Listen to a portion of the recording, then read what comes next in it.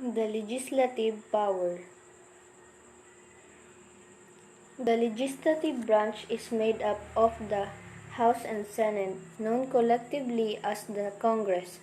Among other powers, the legislative branch makes all laws, declares wars, regulates interstate and foreign commerce, and controls taxing and spending policies. Article 33. Legislative power shall be exercised by an assembly of representatives of the nation. This assembly shall be organized in the form and manner determined by law. Article 34. The member of the assembly shall represent the whole nation and not exclusively the electors who elected them. Article 35. No representative shall receive from his elector any imperative mandate whatsoever. Article 36. The Assembly shall meet every year. The President of the Republic has the right to convoke it, suspend and close its session, and dissolve the same within the period prescribed by law enacted by the Assembly or by the Permanent Commission. Article 37. The Assembly shall be open at least 3 months each year, without including in this period the time spent in its organization. The President of the Republic shall convoke the Assembly not later than 15th day of April. Article 38. The extraordinary cases, he may convoke the Assembly outside of the period fixed by law, as determined by the Permanent Commission, and prolong its law-making, provided the extended period does not exceed 1 month, and provided further that such extension do not take place more than twice during the same legislative term. Article 39.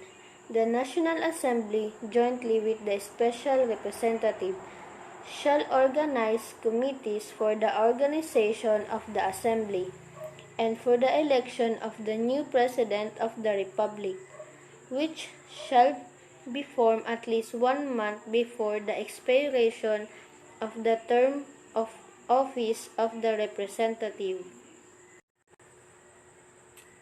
In case of death or resignation of the President, the Republic, the Assembly shall meet in session by its own right or by initiative of the President or of the Permanent Commission.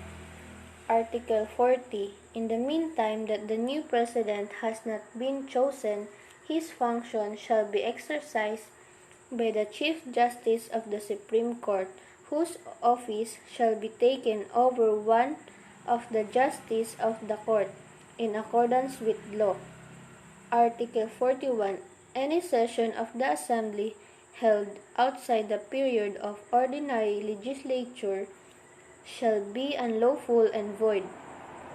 The case provided in Article 30, and in which the Assembly has constituted itself into a tribunal of justice, shall be accepted, but in the latter case no other function shall be exercised except that pertaining to judicial functions.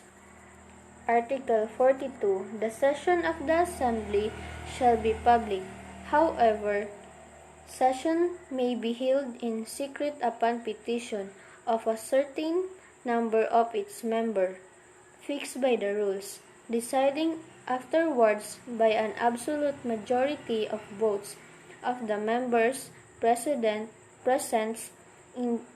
if the discussion on the same subject has to continue in public.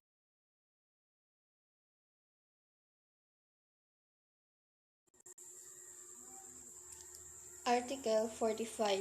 No member of the Assembly shall be prosecuted nor held accountable for the opinion expressed by him, nor by the vote taken by him in the discharge of his office.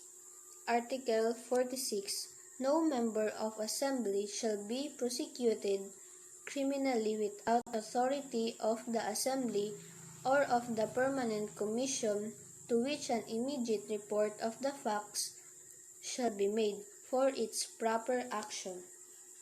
The imprisonment, detention, or apprehension of a member of the assembly shall not be carried out without the prior authority of the same or by the permanent commission. The moment the assembly is notified of the order of the imprisonment, it shall incur liability if within 2 days following the notification it does not authorize the imprisonment or give a sufficient reason upon which the refusal is based. Article 47. The National Assembly shall have the following additional power. Number 1. To approve rules for its internal government. Number 2. To examine the legality of the election and the legal qualification of the elected members. Number 3. To elect its president, vice president, and secretaries. Until the assembly has been dissolved, the president, vice president, and secretary shall continue to express their office for the period of the 4 legislative term. Number 4. To accept the resignation of its member and grant privilege in accordance with the rules. Article 48. No bill shall become law without having been voted on by the assembly. To approve a bill, the presence in the assembly of at least 1/4 of the total number of the members whose elections have been duly approved and taking the oath of office shall be necessary. Article 49. No bill shall be approved by the assembly until after it has been voted upon as a whole and subsequently article by article. Article 50. The assembly shall have the right to ensure,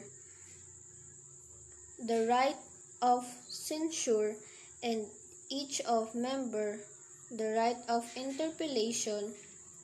Article 51. The initiative in the presentation of bills belong to the President of the Republic and to the Assembly. Article 52. Any member of the Assembly who accepts from the government any pension, employment, or office with salary is understood to have renounced his membership from this shall be accepted the employment as Secretary of the Government of the Republic and other offices provided for by special laws.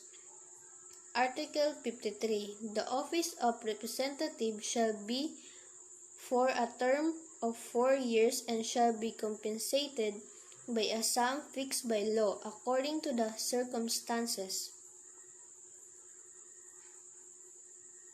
And that's all. Thank you.